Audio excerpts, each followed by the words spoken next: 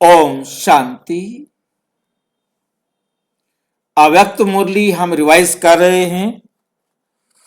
आज की अव्यक्त मुरली 32वीं 1985 की, जो बाबा ने 20 नवंबर 1985 को चलाई।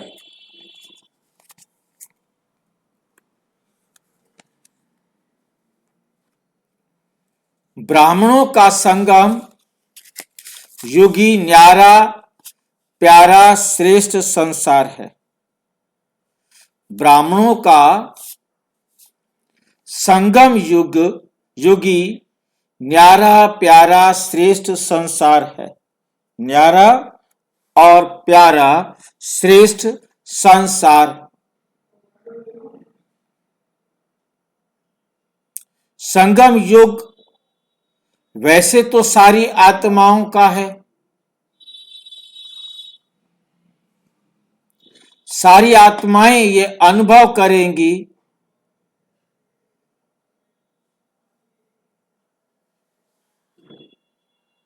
परमात्मा से मिलेंगी।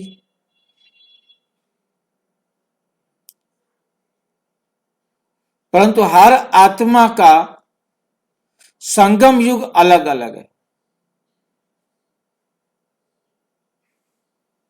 जब वो आत्मा परमात्मा से मिलेगी तब उस आत्मा का संगम युग शुरू होगा।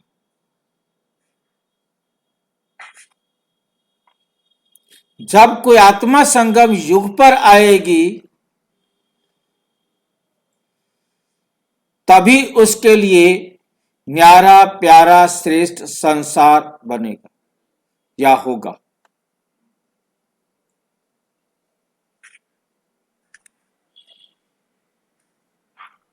संगम युग पर आने से ही वे ब्राह्मण कहलाएंगे। जब तक संगम युग पर नहीं आए कोई, वो ब्रह्मा कुमार, ब्रह्मा कुमारी या ब्राह्मण नहीं कहला सकता।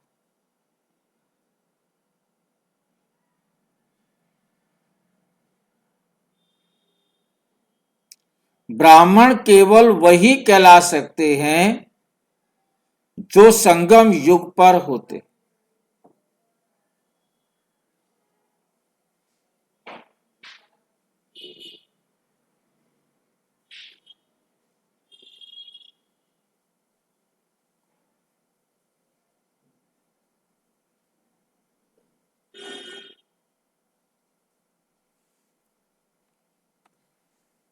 आज ब्राह्मणों के रचयिता बाप अपने छोटे से अलौकिक सुंदर संसार को देख रहे।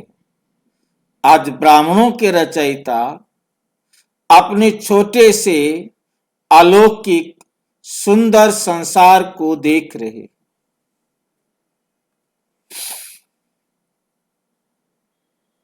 यह ब्राह्मण संसार सतयुगी संसार से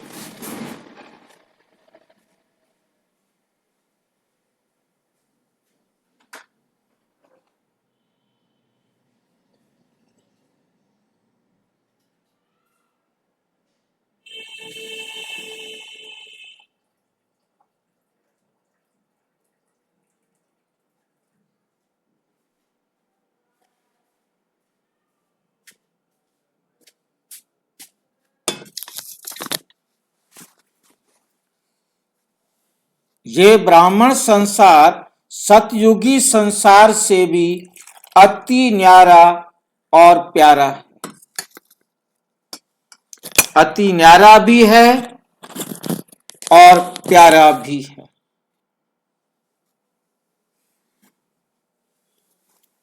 इस अलौकिक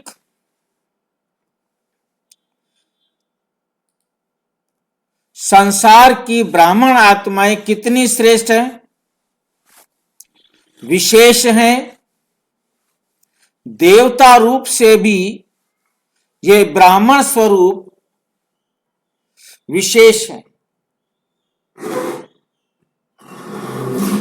इस संसार की महिमा है न्यारापन। इस संसार की महिमा है, न्यारापन है। इस संसार की हर आत्मा विशेष। इस संसार की महिमा है, न्यारापन है। इस संसार की हर आत्मा विशेष है। हर आत्मा ही स्वराज्यधारी राजा है। हर आत्मा स्मृति की तिलकधारी, अविनाशी तिलकधारी, स्वराज्य तिलकधारी परमात्म दिल तख्त नशीन है। तो सभी आत्माएं इस सुंदर संसार की ताज, तख्त और तिलकधारी है।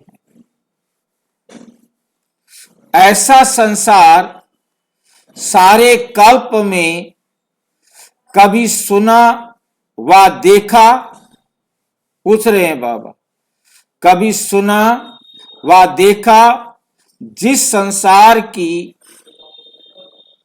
हर ब्राह्मण आत्मा का एक बाप, एक ही परिवार, एक ही भाषा, एक ही नॉलेज अर्थात ज्ञान,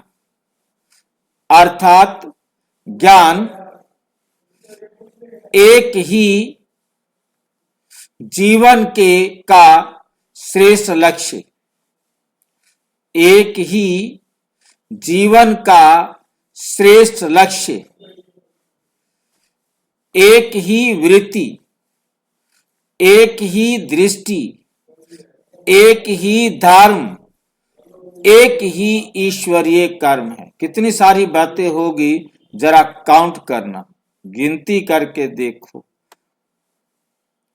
ब्राह्मण आत्मा का एक बाप, पहली बात।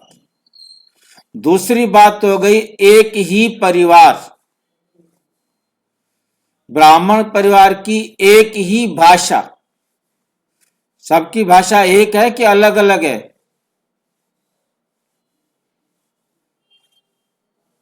कोई क्रिश्चियंस है तो उसकी कई रशियन भाषा है, तो किसी की फ्रांसीसी भाषा है, किसी की तेलुगु है, किसी की तमिल है, किसी की कन्नड़ है। नहीं है भाषाएं अलग अलग? बाबा का ज्ञान की भाषा एक ही भाषा है। हाँ जी, एक ही भाषा है। हाँ जी भाई जी, एक बाप की मत पर चल रहे हैं तो एक ही भाषा है। ब्राह्मण परिवार की तो एक ही भाषा है। भाई ले जाओ, आ जाओ। ब्राह्मण परिवार की एक ही भाषा है, भाई आके ले जाओ। एक ही नॉलेज है, एक ही ज्ञान है, एक ही जीवन का श्रेष्ठ लक्ष्य, एक ही जीवन का श्रेष्ठ लक्ष्य, एक ही वृत्ति। लक्ष्य भी सबका एक है और वृत्ति भी एक है और दृष्टि भी एक है। सभी आत्माएं भाई भाई। एक ही धर्म है। क्या है? कौन सा धर्म है? शांति। ब्राह्मण धर्म कहो या शांति धर्म कहो। और एक ही ईश्वरीय कर्म है, क्योंकि सब अपने आप को आत्मा समझते हैं और उनके पास एक ही ईश्वरीय कर्म है।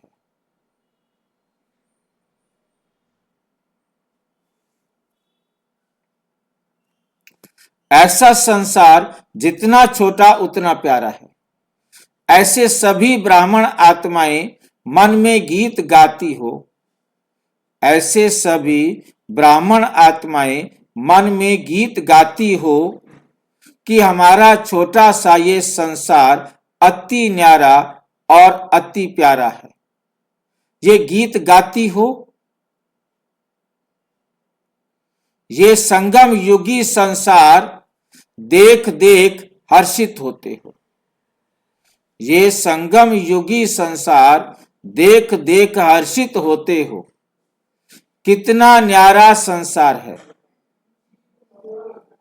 इस संसार की दिनचर्या ही न्यारी है। इस संसार की दिनचर्या ही न्यारी है।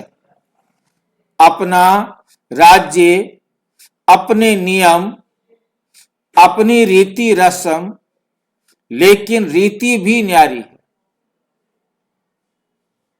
सबकी रीति भी, हमारी रीति भी सबसे दुनिया से न्यारी है और हमारी प्रीति भी न्यारी है, क्योंकि हम आत्मा समझकर आत्माओं से प्यार करते हैं। दुनिया वाले जिस्म समझकर जिस्म से प्यार करते हैं। ऐसे संसार में रहने वाली ब्राह्मण आत्माएं हो ना, ऐसे संसार में रहने वाली ब्राह्मण आत्माएं हो ना, कभी अपने संसार को छोड़ पुराने संसार में तो नहीं चले जाते हो। कभी इस संसार को छोड़ पुराने संसार में तो नहीं चले जाते हो। इसलिए पुराने संसार के लोग समझ नहीं सकते। पुराने संसार के लोग समझ नहीं सकते कि आखिर भी ये ब्राह्मण है क्या। कहते हैं ना, ये ब्रह्मा कुमारियों की चाल ही अपनी है। ब्रह्मा कुमारियों की चाल ही अपनी है।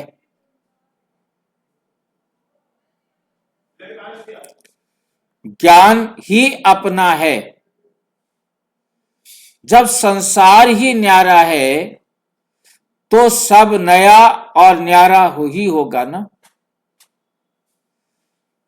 जब संसार ही न्यारा है, संसार ही न्यारा है तो सब नया और न्यारा ही होगा ना। सभी अपने आप को देखो कि नए संसार के नए संकल्प, नई भाषा, नए कर्म ऐसे न्यारे बने हो, ऐसे न्यारे बने हो। कोई भी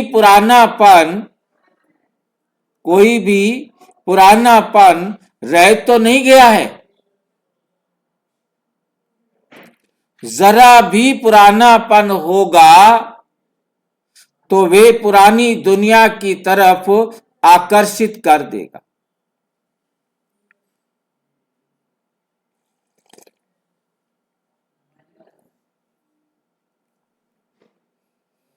और ऊंचे संसार से नीचे के संसार में चले जाएंगे।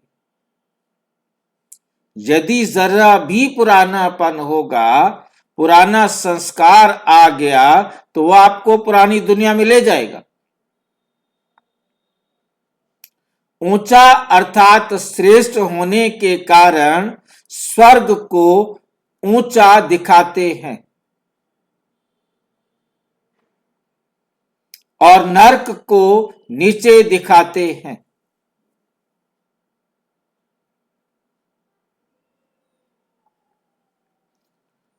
संगम युगी स्वर्ग सतयुगी स्वर्ग से भी ऊंचा है।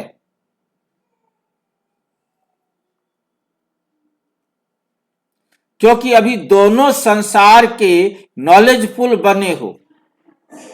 यहां अभी देखते हुए, जानते हुए न्यारे और प्यारे हो। इसलिए मधुबन को स्वर्ग अनुभव करते हो। मधुबन को स्वर्ग अनुभव करते हो। कहते हो ना, स्वर्ग देखना हो तो अभी देखो। वहां स्वर्ग का वर्णन नहीं करेंगे। वहां स्वर्ग का वर्णन नहीं करेंगे।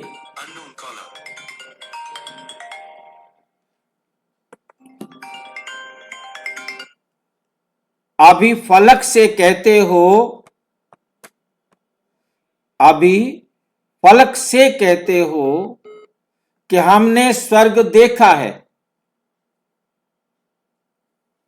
हमने स्वर्ग देखा है। चैलेंज करते हो कि स्वर्ग देखना हो तो यहां आकर देखो, ऐसा वर्णन करते हैं ना।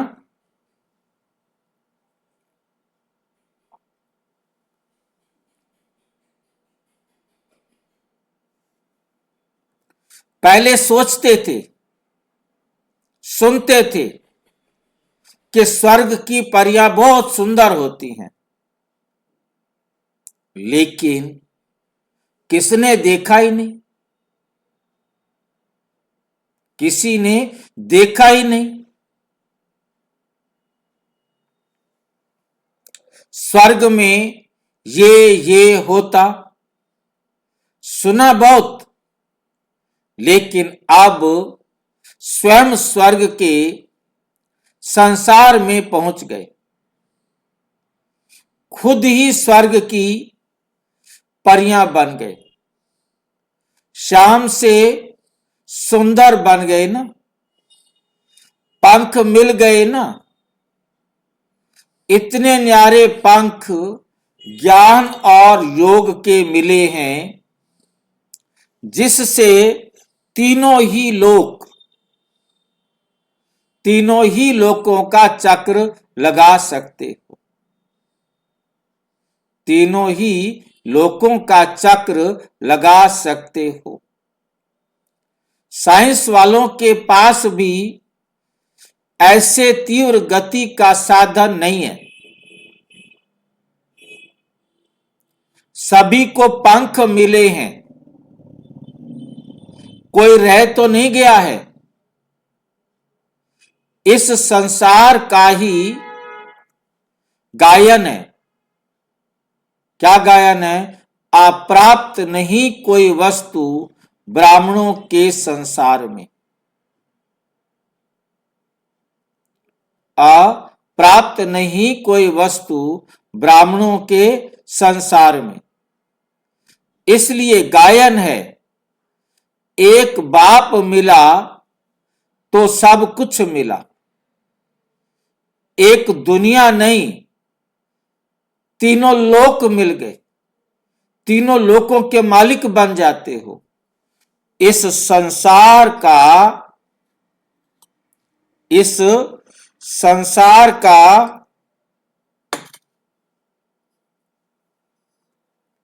गायन है। सदा सभी झूलों में झूलते रहते। झूलों में झूलना भाग्य की निशानी कहा जाता है। झूलों में झूलना भाग्य की निशानी कहा जाता है। इस संसार की विशेषता क्या है? कभी अति इंद्रिय सुख के झूलों में झूलते, कभी खुशी के झूले में झूलते, कभी शांति के झूले में, कभी ज्ञान के झूले में झूलते, परमात्म गोदी के झूले में झूलते। परमात्म गोदी है, याद की लवलीन अवस्था में झूलना, याद की लवलीन अवस्था में झूलना। जैसे गोदी में समा जाते हैं, ऐसे परमात्म याद में समा जाते, लवलीन हो जाते। ये अलौकिक गोद सेकंड में अनेक जन्मों के दुख दर्द भुला देती है। परमात्मा की ये अलौकिक जो गोद है, वो क्या करती है? अनेक जन्मों के दुख दर्द भुला देती है। ऐसे सभी झूलों में झूलते रहते हो।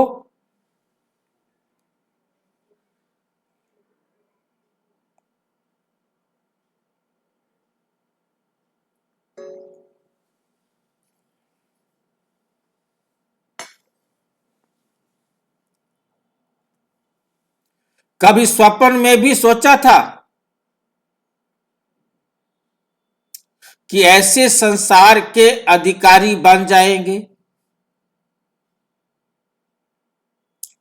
बाप दादा आज अपने प्यारे संसार को देख रहे हैं। ये संसार पसंद है? पूछ रहे हैं बाबा, ये संसार पसंद है, प्यारा लगता है? कभी एक पांव उस संसार में और एक पांव इस संसार में तो नहीं रखते?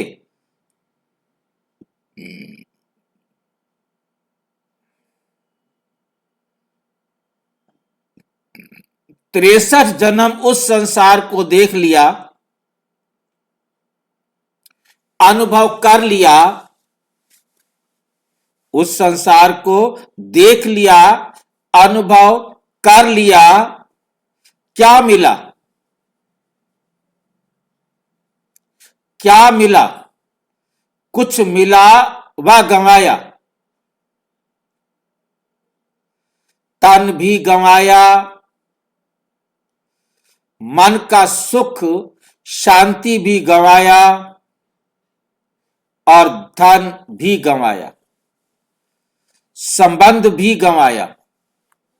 जो बाप ने सुंदर तन दिया वे कहां गंवाया? वे कहां गंवाया?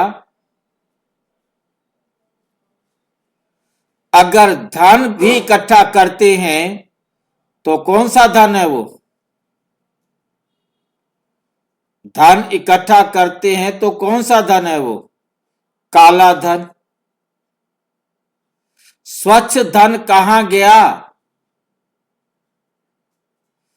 अगर है भी तो काम का नहीं है। मान लो किसी के पास ब्लैक मनी कौन सी होती है? कौन बताएगा मुझे? ब्लैक मनी कौन सी होती है? किसी को पता है हमारे में से? जो सरकार की निगाह में नहीं है, जिस पर टैक्स नहीं दिया गया हो। जो इनकम सरकार को बताई नहीं गई वो ब्लैक मनी है। जो सरकार को बताई जाएगी तो सरकार उस पर टैक्स ले लेगी, यदि वो ज्यादा होगी तो। 12 लाख से ज्यादा होगी तो सरकार उस पर टैक्स ले लेगी बस, तो वो व्हाइट मनी हो जाएगी। परंतु वो व्हाइट मनी तब रहेगी जब वो बैंक में रहेगी। यदि आपके घर में रखी हुई है तो वे व्हाइट मनी नहीं है।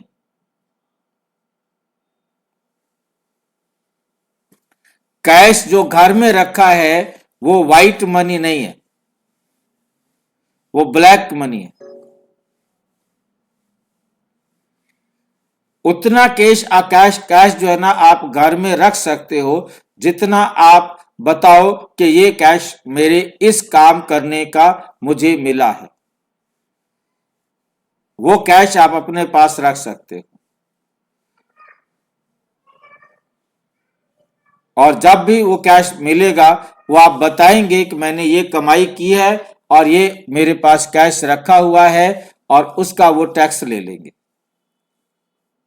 और यदि आप नहीं बता रहे हो और आपने घर में रखा हुआ है तो वो ब्लैक मनी है।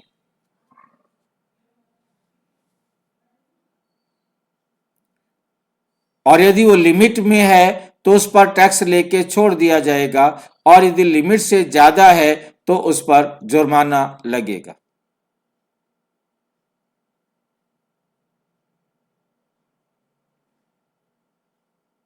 और व्हाइट मनी है जो हमारे अकाउंट में है, वो व्हाइट मनी है।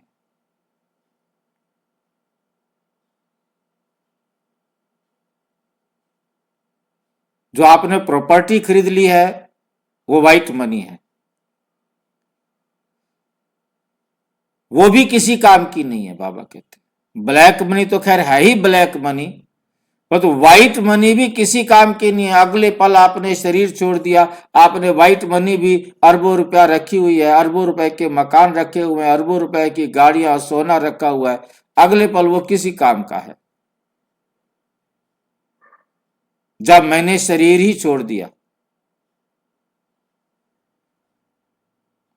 मेरे शरीर छोड़ते ही मेरा हक जो है, अधिकार जो है, उसके ऊपर खत्म हो जाता है।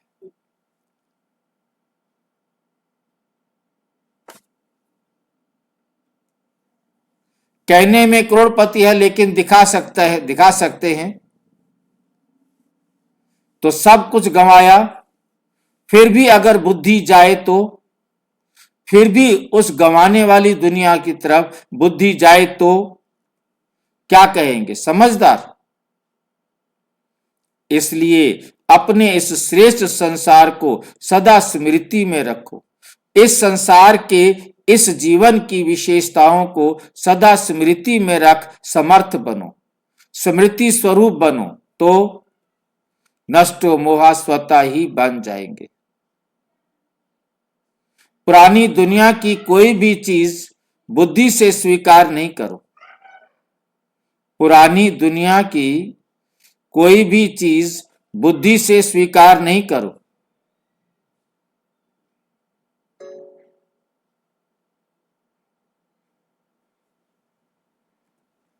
स्वीकार किया अर्थात धोखा खाया, धोखा खाना अर्थात दुख उठाना, तो कहां रहना? दुख उठाना तो कहां रहना? श्रेष्ठ संसार में या पुराने संसार में? सदा अंतर स्पष्ट इमर्ज रूप में रखो कि वह क्या और ये क्या, वे क्या और ये क्या। अच्छा, ऐसे छोटे से प्यारे संसार में रहने वाली विशेष ब्राह्मण आत्माओं को, सदा तख्त नशीन आत्माओं को, सदा झूले में झूलने वाली आत्माओं को, सदा न्यारे और प्यारे बच्चों को परमात्म प्यार और नमस्ते। हम बच्चों की भी बाप दादा को नमस्ते नमस्ते नमस्ते। सेवाधारी टीचर्स बहनों से, सेवाधारी अर्थात त्यागी,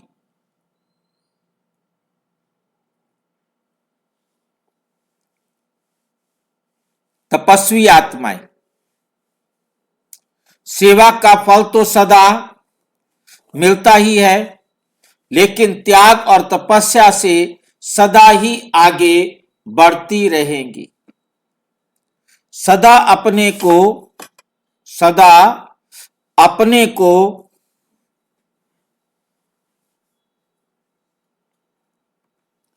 विशेष आत्माएं समझकर विशेष सेवा का सबूत देना है। यही लक्ष्य रखो। जितना लक्ष्य मजबूत होगा उतनी बिल्डिंग भी अच्छी बनेगी। तो सदा सेवाधारी समझ आगे बढ़ो। जैसे बाप ने आपको चुना, वैसे आप फिर प्रजा को चुनो।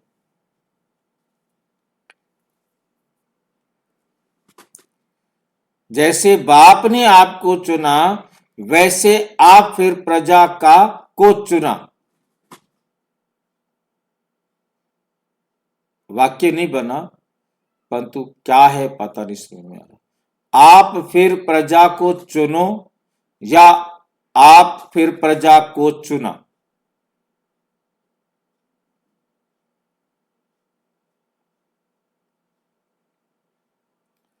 स्वयं सदा निर्विघ्न बन प्रजा को चुनो होना चाहिए कि आगे की आपकी प्रजा को चुनो। जैसे बाबा ने हमें चुना है, ऐसे हम आगे अन्य आत्माओं को चुने जो हमारी प्रजा बने।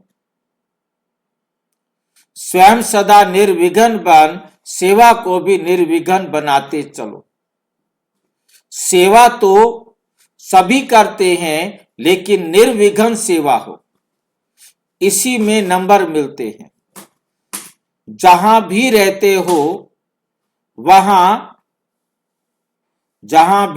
हो वहां हर स्टूडेंट निर्विघ्न हो, विघ्नों की लहर ना हो, शक्तिशाली वातावरण हो, इसको कहते हैं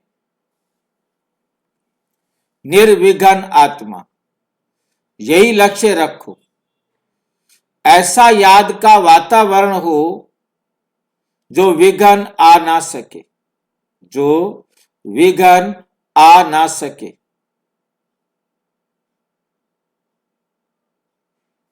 किला होता है तो दुश्मन आ नहीं सकता। तो निर्विघ्न बन, निर्विघ्न सेवाधारी बनो। अपने आप को निर्विघ्न बनाओ कि आपके जीवन में कोई विघ्न ना आए और आपकी सेवा भी निर्विघ्न हो। निर्विघ्न सेवाधारी बनो।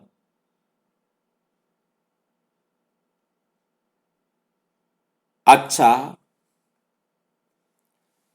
विश्व के राजनेताओं के प्रति अव्यक्त बाप दादा का मधुर संदेश। अव्यक्त बाप दादा का मधुर संदेश।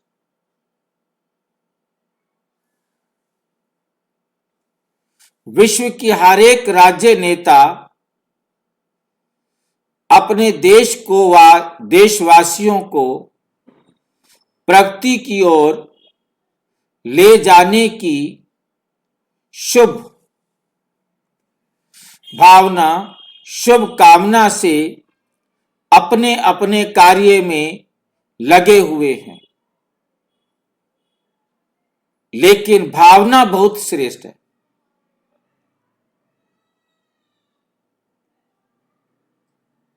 भावना बहुत श्रेष्ठ है। प्रत्यक्ष प्रमाण जितना चाहते हैं उतना नहीं होता। ये क्यों? क्योंकि आज की जनता व बहुत से नेताओं के मन की भावनाएं सेवा भाव, प्रेम भाव के बजाय स्वार्थ भाव, ईर्ष्या भाव में बदल गई है। इसलिए इस फाउंडेशन को समाप्त करने के लिए प्राकृतिक शक्ति, वैज्ञानिक शक्ति, वर्ल्डली नॉलेज की शक्ति, राज्य के अथॉरिटी की शक्ति द्वारा तो अपने प्रयत्न किए हैं। राज्य के अथॉरिटी की शक्ति द्वारा तो अपने प्रयत्न किए हैं।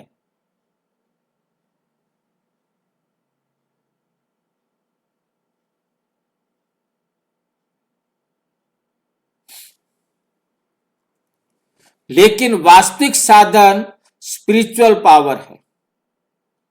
वास्तविक साधन क्या है? स्पिरिचुअल पावर है, जिससे ही मन की भावना सहज बदल जाती है। मन की भावना सहज बदल जाती है।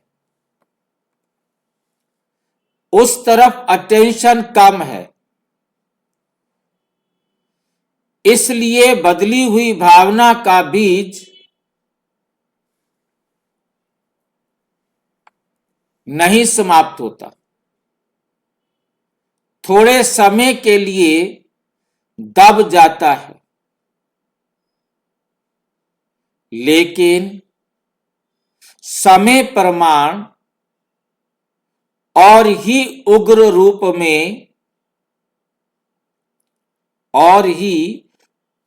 रूप में प्रत्यक्ष हो जाता है।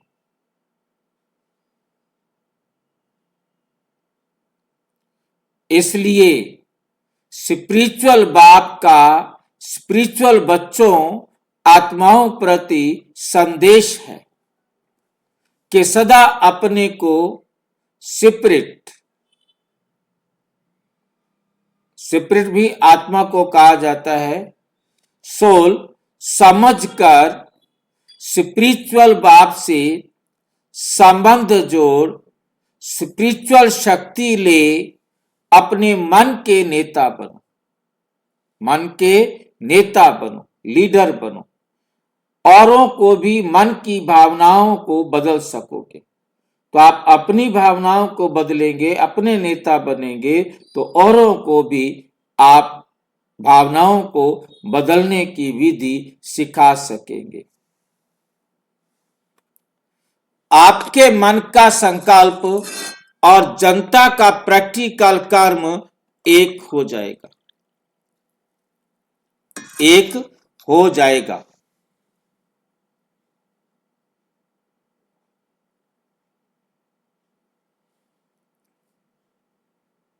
दोनों के सहयोग से सफलता का प्रत्यक्ष प्रमाण अनुभव होगा। सफलता का प्रत्यक्ष प्रमाण अनुभव होगा। याद रहे कि सेल्फ रूल अधिकारी ही सदा योग्य राजनेता के रूल अधिकारी बन सकते हैं।